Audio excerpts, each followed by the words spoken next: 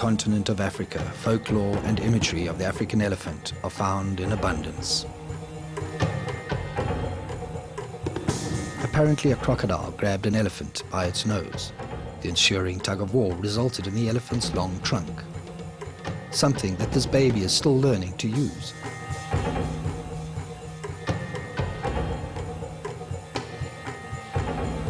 Unfortunately, unlike the elephant of old, this month-old calf was born in captivity. It will be trained to end up as transport for fun-seeking tourists. Tourists who will go home and boast about how they rode on Africa's giants. The owners of the elephants say they have an educational value.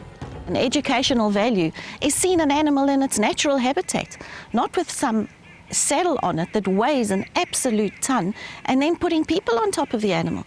In fact, it's degrading for that animal. That is not an animal in its natural environment. So what value could the education be? There is no education value to riding an elephant.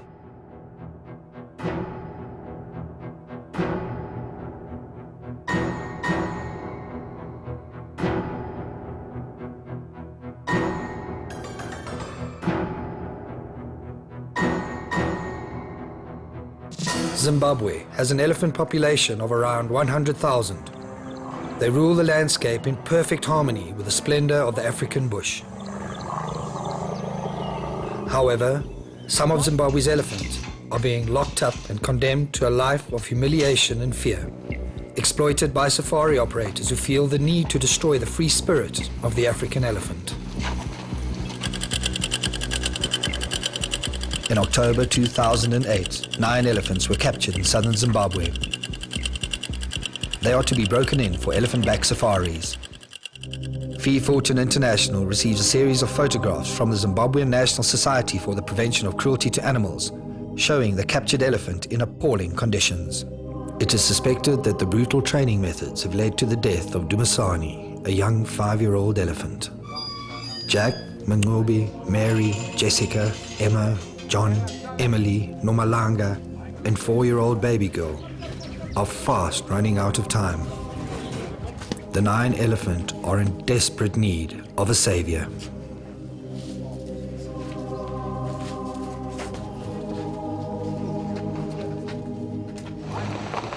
A delegation from Phillip under the leadership of Dr. Amir Khalil set off to Sondolani safaris in Matabeleland to investigate the claims of cruelty. Basil Steyn, the owner of the elephants, was initially confrontational. Please, I want no photographs here. That's one condition. There's no more. And adamant that his elephant are being treated with love and respect.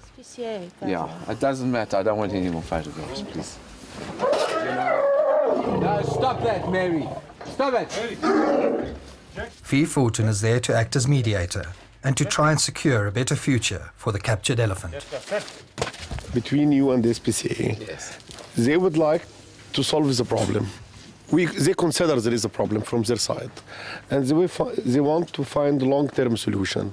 Are you willing to help them to finish this problem? I don't go back on my word. I stick to what I say. I don't talk double standards. I talk one way. I mean. And your experience is needed also. If we say there is a way to move this elephant, Yes. sure, some of the colleagues consider the best is to keep them here, to rehabilitate even them here in this place. These aren't aggressive. You can see they're very calm. We train them to discipline them. It's like an army. If you don't have discipline, you're going to have guys doing all sorts of things. But the method of training in general is different between circus. Yes. Circus is a horrible word. You're making an animal do things that he shouldn't do. You're forcing him to do many, many tricks. This is a very unnatural and uncomfortable position for an elephant. You very seldom, if ever, see them in the wild go into this position. Jessica, sit. Down. Good job. Good job. Good job. Their body weight is down quite substantially. They're sunken on the faces. The spine is very prominent.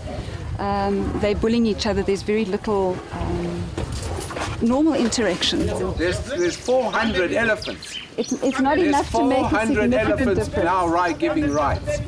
Why don't you people go to India where they've been doing it for thousands of years? You know what they tell you? Where's the next plane? I work on a ranch and I have got a hands-on with my animals. The stretching, we put 4 ropes on all 4 legs of elephants.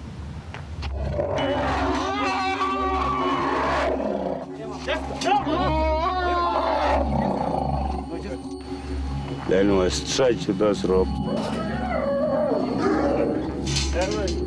until the elephant gets tired.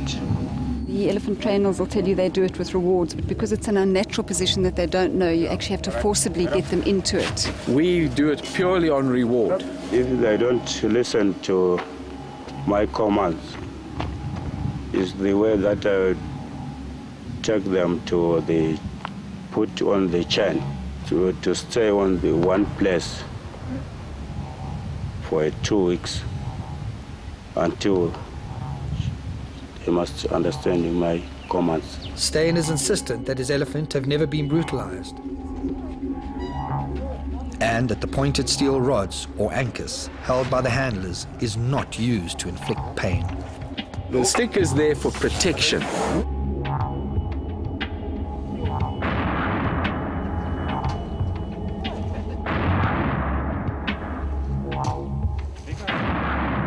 My elephants are my family. I love them like children. We try and be as kind as we can. I love them like children. If you use that pointed, sharp point there, at any part of the elephant, it hurts. You have to hit where there is the only flesh. It's like in the neck, and on the buttocks and the trunk. As Jack, he was been beaten by Mats and Kanyurira, who was working with me here. We went on training. He refused to train them because he was used to beat them. Especially to look at Jack, his back here, the spot of the hooks, which is on stick to beat. And Mangue on the forehead here, he was using a stick to beat when he right on top of his elephant. Then he used it to hit by his stick. This is the man who wielded that stick. His name is Madison, and we shall meet him later on. Fulton has heard the elephant's plea for help. Now, a series of events needs to be put in place to rehabilitate the traumatized animals. The main obstacle is to gain unrestricted access to the elephants, and the animal rescuers are dealing with a difficult man. Today, yeah. Yes, I'm gone. I can go to Zambia tomorrow. Please listen, Zambia tomorrow, and I can catch 40 elephant tomorrow if I want. I can go and catch, I've got a permit right now for 20 elephant. Sensitive negotiations finally reach a conclusion. The elephants will be purchased from Steyn and a mysterious partner, Phillip Dobson, a man who is nowhere to be seen. I like the way you're a very shrewd negotiator. I can see why you've done well. The arrangement, the agreement that you've come to, you're Absolutely thrilled. Absolutely thrilled. I'm going to say it again. Karen Trendler, an animal behavior specialist, is recruited to get the program up and running. The first thing you would go do in rehabilitating them was take as many of the stresses away as you possibly can. So take away the handlers, take away the trainers, give them the space. Work begins immediately to increase the temporary enclosure to 2.5 hectares. The elephant need a lot more space, and they need it soon. Materials and manpower are urgently needed to ensure that the chains that destroyed the childlike spirit of these gentle giants of the African plains are removed forever, and that the elephant regains its majesty and freedom. A Over the last 4 months, a team from Four Paws have spent every hour of daylight feeding and caring for the 9 traumatized elephant. Haggling with the local women over pumpkin prices. And meticulously chopping up hundreds of pumpkins and melons 3 times a day, every day, to satisfy the voracious appetites of their charges. Keeping the boma spotless. Thousands of kilometers were covered to harvest and load browse. A major part of an elephant's natural diet.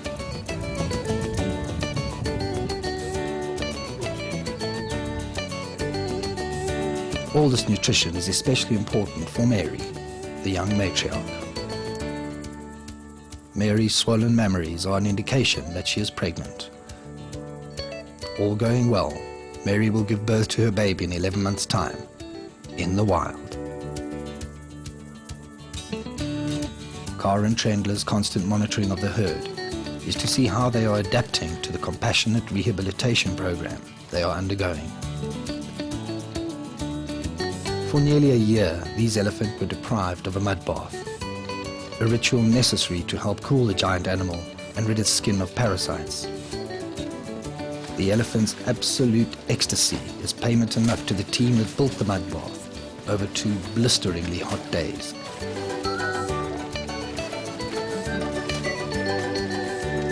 This is how elephants are supposed to act.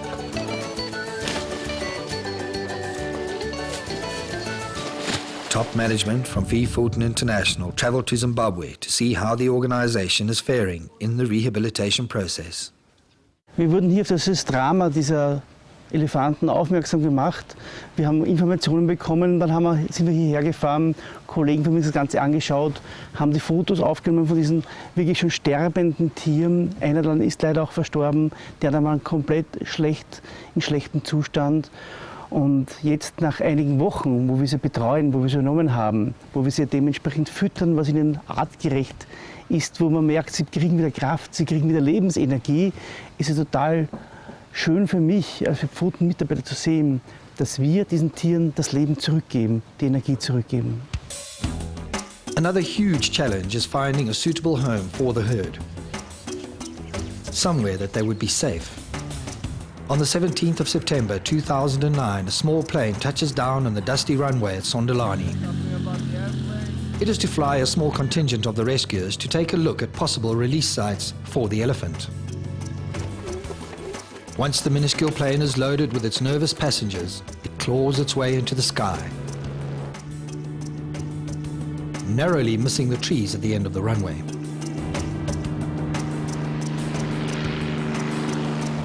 A possible location is not far from the magnificent Victoria Falls, a prime tourist destination. The team, now firmly on the ground and relieved, head off into the bush. The relentless African sun punishes the dilapidated vehicle. Accidents in areas this remote could have dire consequences. Just come in and you're here. Fortunately, no one was hurt. Some roadside assistance, bush style, soon had the team back on the road. While this area could successfully support the 9 elephant, it is surrounded by hunting lodges. If they left this protected area, they could be shot. Big falls. Yes, here airport, here big falls. Hwangi National Park, on the other hand, is massive enough for the elephant to disappear for months on end in a fairly safe environment. A final decision is made to relocate the elephants to Hwangi in 2 months' time. It is the 28th of October 2009. Looking at these tranquil scenes, it is difficult to imagine or even comprehend that as little as 5 months ago, the air would have been filled with the screams of terrified elephant. In 5 days, the Sondolani elephant are to be moved and freed. This tranquility is temporary. There are forces at work who do not want to see the elephant rehabilitated or released. That evening, a group of hunters moved in to Sondolani Lodge. We were sitting up in the telephone spot at the top of the hill, and suddenly had laser scopes pointing in our direction. I think it's just playing mind games. They're obviously very aware that we dislike hunting intensely. And so there were a few sort of incidents where we had said we thought an animal was particularly beautiful and isn't it sweet? And the animal was shot. The next morning, the wet grey sky that greeted the team did not dampen or dilute the headstrong resolution of caring for these trusting animals.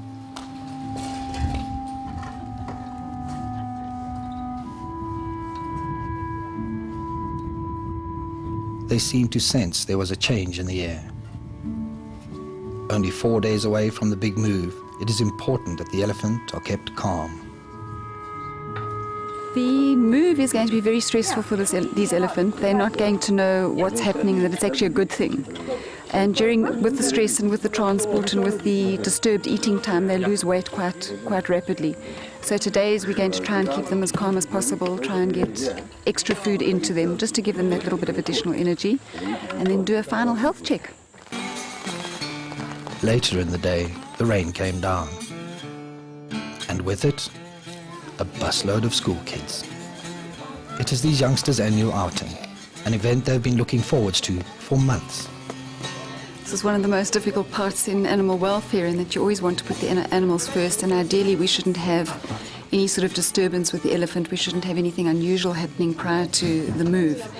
But this is where you're absolutely torn, and maybe we can try and work it in such a way that the children can just stand very, very quietly and no actual contact and no disturbance. The children are quiet and well behaved. Their teachers are not so disciplined. The teacher on the right at the top of the screen feels the need to touch an elephant.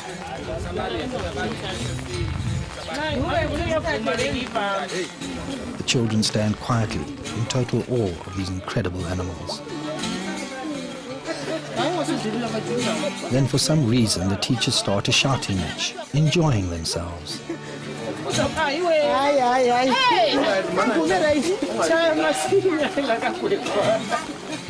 Finally, they all leave.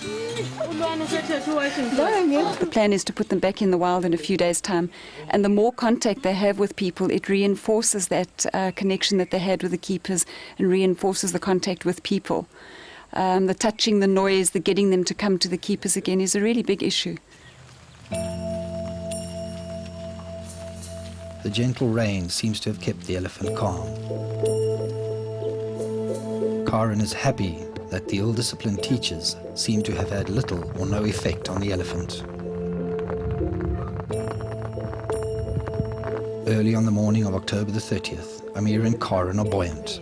They are looking for a route that can bring the capture vehicle close to the boma. From the main road. Then here. There's enough space there for them to get in. A couple of 100 meters away, the windy conditions have blown a tree over, onto the electric fence. Not all the elephant are in the boma. Some are out browsing in the 2-hectare electrified camp, which is no longer electrified. Can you see them anywhere? If the elephant break out of the camp, it would be a disaster. Simba Chidora and his team from the ZNSPCA arrive at the scene. They immediately hoist the tree off the damaged fence.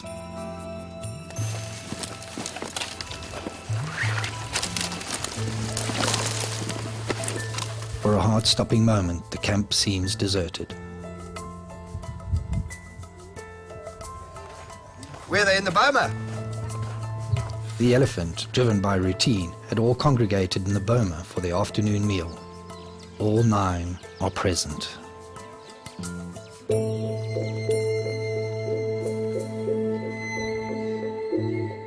November the 1st, just 2 days away from the elephant's freedom.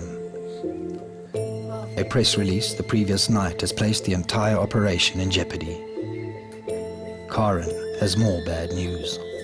We thought we were dealing last night with just sort of minor concerns about logistics and trucks getting stuck on sort of bumps and lumps and things, but in fact for the second time this week we were nearly taken off the property and lost control of the elephant because of inter-organisational politics and problems. A second press release was issued. by an organization stating that they're on the way to save the elephant and a big rescue mission, which upset the owner of the elephant to a very great extent. Notwithstanding this latest turn of events, the team continues to prepare the elephant for the big day. They cannot lose focus.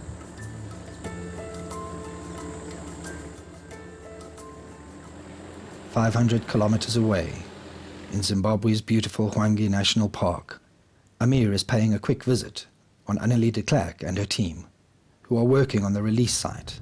They have a lot to do in an impossibly short space of time. We actually went to the first site what they decided on, and we find that the roads are really terrible and the truck will not manage to get there. So we had to find a second spot for the elephants to be released, and so we picked this one. So we have to build a ramp now, and we also have to put in e-fence, just a, a short e-fence just for the elephants to keep them inside for a while before they go free. Amir travels back to Sondolani. The exquisite sunset sets an ominous tone for the evening. At around 10 o'clock that night, Phillip Dobson, a man claiming to own 3 of the elephant, arrives at Sondolani. Dobson is camera shy. I don't want to give a view. All I've come here to do is find out what's happening. Yeah. Are you going to meet with Amir? Because I know he said he was supposed to meet with you today. Yeah, it was going to be in Bulawayo, but not knowing what's going to happen, I thought there's not a lot of point in me sitting in Bulawayo if the guys intend to pull elephants out of here tomorrow, which they're not really legally allowed to do. Amir meets with Dobson. Once again, the cameras are not allowed near this elusive man. The meeting goes on for the best part of an hour. And I told him, how many times you visit your elephant to feed them? He said, no, it is in the deal. I said, which deal? We feed your elephant here. How you will pay us if you want to take your elephant? How you will pay our money? They say, you make it like voluntary. No one asks you to come to feed my elephant. And I said also very clear, okay, if we move tomorrow, we will leave you. It's mean you and your guys have to feed your elephant from tomorrow. More sinister is the fact that Dobson has left 2 of his workers behind who have pitched a tent close to the boma. Here with Phillip Dobson? Yes. Is it? The man kneeling stands up. It is Madison. Do you guys work with elephants? Sure. Yeah, the elephant. Has Philip's got elephants, eh? Yes. The same Madison who is responsible for the vicious beating of the elephant earlier in the year. His tent was 100 meters away from the elephant that survived his brutal rule. So I am a good trainer to the elephant as well, and a good friend to them as well. He was just beating them, picking up the stones and throwing to them. Ah, no. I myself, I didn't beat the elephant, even if you ask these guys. One day I asked him, why is it training or what are you doing? He said, no, you must hit the elephant if he's not listen to you. Things have to start moving, and moving quickly. Today is D-Day. The elephant must be moved. There is a huge sigh of relief when the massive capture vehicles clear the border at Bite Bridge and drive through the gates at Sondolani.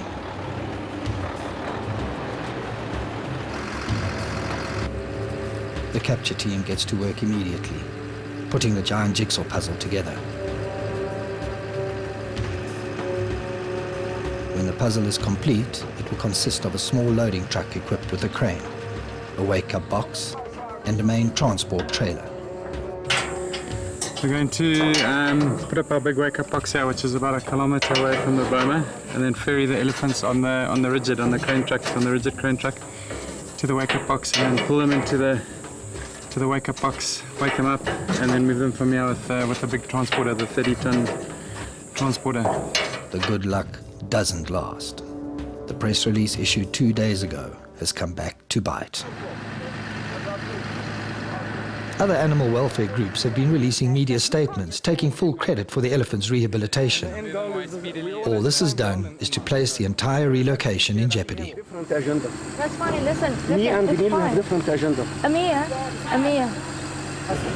We can't now come and do what we have to do, having spent a whole heap of I4's money already to get here, and then suddenly just shake them off and say that's it. So the legal side and the political side, you guys have to sort out. We are only an intermediary, but to have this discussion and to take instructions from you, Amir, I'm afraid we can't do that at the moment. It's incorrect. A worried Amir returns to the lodge with Glynis Vaughan from the ZN-SPCA. You just say, Glynis is going to get it signed now. It's agreement between 4PAW, ZN-SPCA and Conservation Solutions. Okay. I4 completely out. And they're going to press. I4 are going to press today to pull out. Work on the capture vehicles continues. Hopefully all misunderstandings and complications are out of the way. The darting and loading of the elephant must begin at around 3:30 p.m. It is now 1 p.m. A battle-weary Amir is skeptical. It's too quiet for troubles, and this quietness, it means it could be big troubles also, or there is other plans. So I would like to go just to have telephone communication to see what's going on, if everything's fine, and just to come to give go or stop, because the owner of the place is not yet here, his lawyer is not yet here, the responsibles are, no one is here. It's like empty place. Are you worried? Yes. If Amir is worried, everyone should be worried. The rest of the 4PAW's team is optimistic and set about working on the loading schedule for the elephants. All three of them group Together. one. Numalanga will come sometime. Okay, so these three you say will probably come out into the first. Into these three here. Yeah. One could sense a storm waiting to break. Khalil, Dr. Amir. Let me call him for you. These two men were not familiar faces. So with that, she's a lot smaller. She's the smallest one of them all. The team continues their planning, oblivious to the drama unfolding only meters away from them. This is I brought a draft of the I think a copy of the application that has been. This is what actually which will have filed. The affidavit will be there, but what you will have filed to say that they shouldn't be until such time as the matter has been resolved. But I'm saying that look, is there difficult actually in resolving the matter with Phil? I have his mandate actually to negotiate. If you go back to the agreement that you had with him last night, then we should be. We don't have any agreement yesterday evening. The only thing, he put a number and they say no negotiation. Dobson wants his elephants, or he wants money. The entire crew is to vacate the premises by 5 p.m. No elephant may leave the property. It is a nightmare. We're dealing with heavy equipment. Still unaware of the looming disaster, the capture team has a briefing to ensure a smooth and safe operation. Darting the elephants, and Andre will go into it just now with the process, but once the elephants are darted and they're down, for the darting process we would just like a bare minimum of people. Finally, Karine Crenier, Amir's assistant, arrives with some news. We've just had a meeting with Basil, and there's a lot of conflict going on, and we still have to negotiate with Dobson, the other partner, for his elephants, but we can take Basil's elephants, and we're starting now. It is devastating news. Only 6 elephant can be moved. A heartbreaking decision on who to leave behind must be made immediately. Yeah, so that's it. So we have to leave Jack, Manube and Emma. That's what I... Oh, I tell you, they better negotiate hard right now. The owner is very adamant about the media, so please just don't say anything about cruelty or anything bad about Basil Steyn. Nothing. If you say anything bad about these animals, it will jeopardize them not leaving here. Yeah. Okay? Yeah, So no problem. It's just the footage we're taking. So we can take the footage, but at a distance. So obviously we're not doing an Please. interview. No interview. And if Basil says no media, please put away everything. The confusion continues, but this type of confusion one can live with. I don't know what happened, but we've got all 9. They've managed to negotiate for all 9, so we really were really relieved. We don't have to leave 3 behind now. So The darting starts immediately. Yeah. We're going to go and stand on that. You guys are welcome to come with us and stand behind it. Okay. Now we must see who comes in first. We've got darts loaded for all of them, but just a bit of a mission to get out the barrel once it's in, so we'll just wait for them to come in, and as they come in, we'll go out. While the elephant were being herded into the boma, it was time to find out what miracle had happened. Do you know what happened though? What made things change? I'd like to say Amia's good negotiation skills. No, we'll see. I don't know. We'll see, because it changed quite quickly.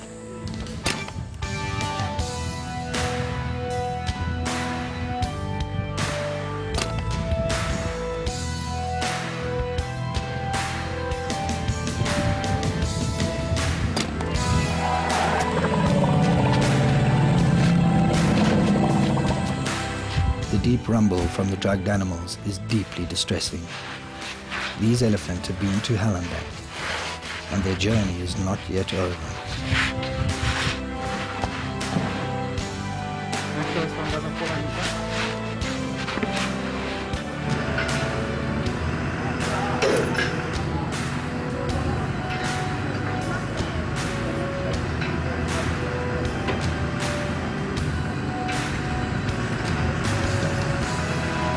So far going very well and very smoothly.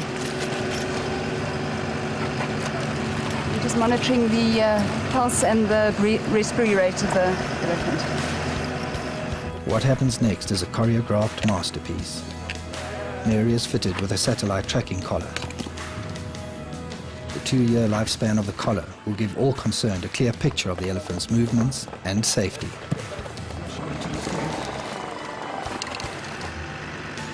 Hanging like giant limp rag dolls, the elephant are carefully loaded onto the truck.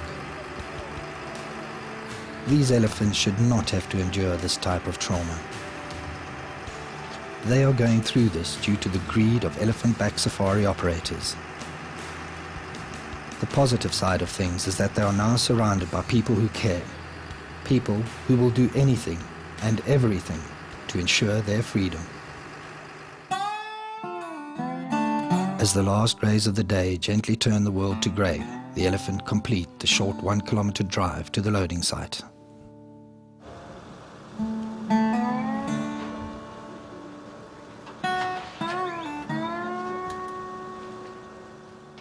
The ingenious loading system slides the sleeping animals into the wake-up box.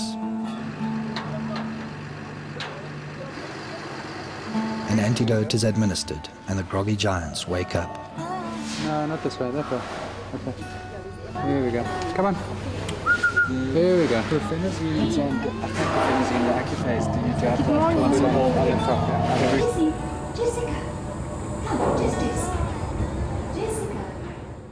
4-year-old baby girl needs a bit of extra TLC. Hey, what's busy doing? Well, baby girl's got an abscess here on her bum, if you have a look here. It's a quite solid one, so we've done an incision from which we're going to be draining it now. I'm getting an artery forceps, and then we're going to be flushing it. We've mixed up the disinfectant inside this bottle, and then we'll break down all the abscess compartments inside, and then flush it on out and let it drain and heal on its own. And we'll just use let it heal by second intention, which means we don't put stitches or anything in. We leave this as an open drainage site. The operation is repeated until all 9 elephants are safely on board the transport trailer.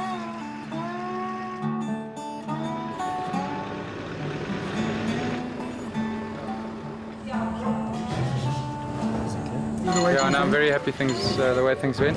Everything's awake and they're all settled and they're nice and calm, so I'm very pleased. I mean, it was difficult recovery in the pen, but the actual waking up and that went very well. And there's 4 in the front and 5 in the back, and they're very relaxed, which is awesome. You know, you always worry that they stress the situation, especially with these animals that have been pushed around a lot. And but no, they're fine, and we're very pleased. It's gone very, very well. After 2 tumultuous days, both man and beast are exhausted. But at last, the Sondolani elephants are on their way to being once again just elephant.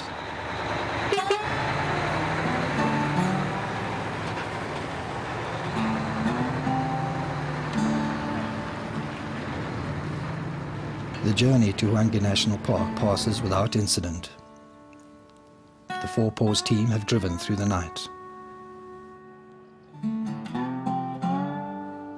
The excitement of the pending release and many cups of coffee keeps everybody wide awake. The weeks of haggling and stroking fragile egos has finally come to an end for Dr. Amir Khalil. Yes, they arrived about half an hour ago. They are in the way now. So I estimate they are already on the spot now. And this is good. Everything's fine till this moment. I get the information from our colleagues there. And they are waiting for us. So we are going now to them. It has been a year since the elephant were ripped from the sanctuary of the Zimbabwean bush. It took weeks to destroy them and months of dedication to resurrect them. It seems fitting that Manubi is the first elephant to walk to freedom. She bears the scars of a madman, but inside she carries the spirit and hopes of thousands of people who do care. Manubi's reassuring rumble slides over the rest of the dazed herd. Their primal instinct comes to the fore, and they follow her. This long, arduous journey is finally over. Mary's baby will be born free.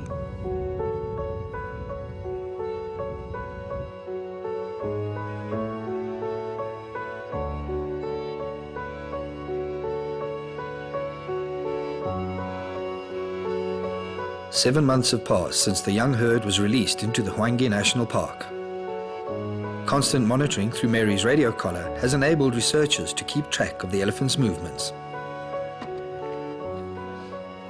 The 9 elephants were not expected to stay together as a group.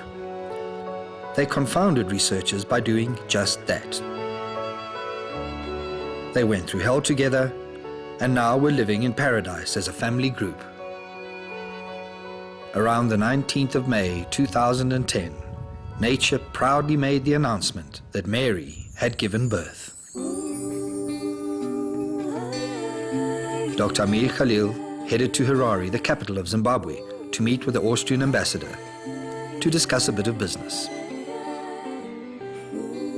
and to show her the incomplete documentary on the Sondolani elephants. Possibly short space of time. Capturing Mary's baby on film would complete the documentary. Ich war beeindruckt von dieser offensichtlich sehr komplizierten und schwierigen und nicht in diesem Land nicht einfachen Aktion. Dass es gut ausgegangen ist und die Elefanten gerettet werden konnten, das ist natürlich höchst erfreulich. Ich war erleichtert, als ich das Ende sah. Aber nachdem ich hier in Zimbabwe lebe, weiß ich, wie schwierig die Dinge hier sind. Und die Tiere in Zimbabwe, genau wie die Menschen, brauchen alle Hilfe, die wir ihnen geben können. Prior to watching this film, the ambassador confessed that she had ridden elephant in Bulawayo. But how did she feel about riding elephants after viewing the film? And I'm not planning to take any more elephant rides. And if you could go and see Mary's baby, would you like to? Oh, I'd love to. Fee Fulton granted the ambassador her wish and flew her from Harare to Hwange National Park to join them in the quest to film Mary's baby.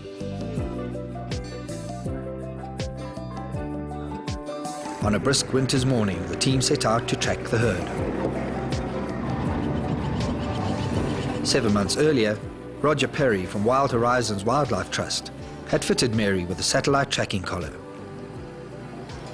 The collar has a lifespan of around 2 years. It is this collar that will hopefully lead us to the herd. Roger picks up a weak signal. The elephants are about 5 kilometers away in thick bush. Unfortunately, the ambassador has a busy schedule and has to get back to Harare. Well, we're not going to be able to get close to them, I don't think. So it's going to be difficult. If we had all day today, we probably could have possibly tried to get them, but with the time constraint, we've got to turn around here. So. It's like looking for the needle in a haystack after all. And I've had no idea this place was so huge. So with only a few hours, it was always against the odds, I would say. Disappointed, we head back to the main camp in Hwange.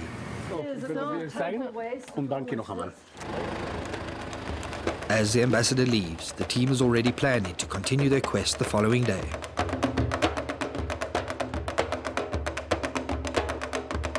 The early morning air is crisp as a tracking vehicle heads back to the site that the signal was detected the day before.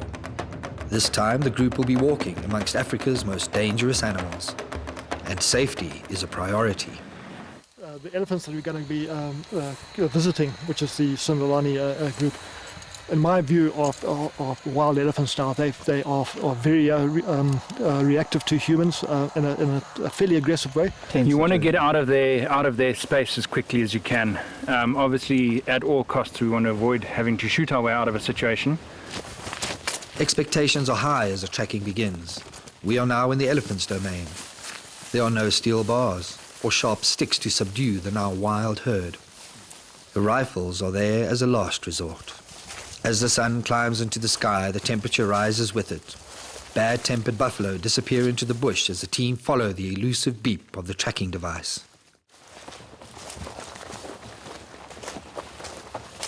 The signal is strong, and the excited group close in on the elephants. Strong signal.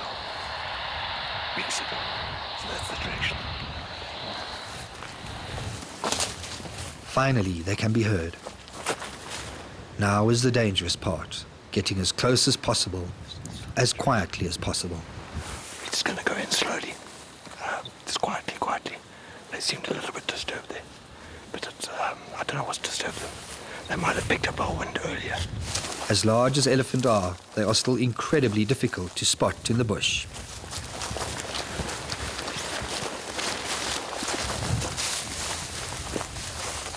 Then finally,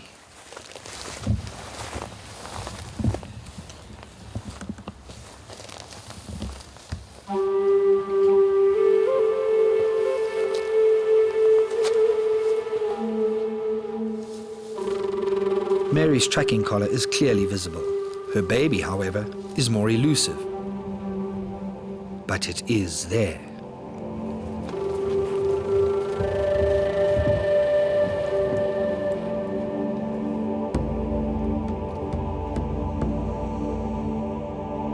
At one point, the team is spotted and has to drop low into the long grass.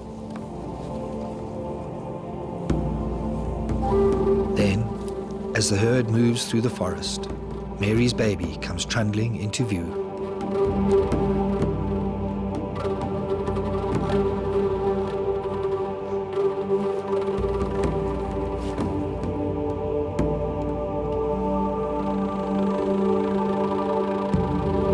Every single person that has come into contact with these elephants have found it a profoundly emotional experience. I didn't believe that this could happen. I'm very chuffed. I'm very pleased. At this moment, I have no words to express how grateful I am. I feel I'm very, very happy, very, very excited. I wish to join them, but I'm not allowed. It's my limit and my border. And yeah, I wish to do this again and again and again. And now I have to look for the new name for this baby of Mary. Mary and the other elephants are aware of man's presence and choose to move away to safety.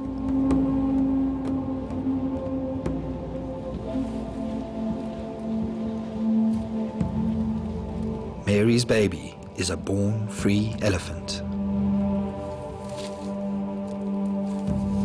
This documentary is dedicated to the magnificent men and women who were prepared to stop at nothing, who fought the fight to save 9 little elephants. Ah, but wait. That should be 9 little elephants plus 1.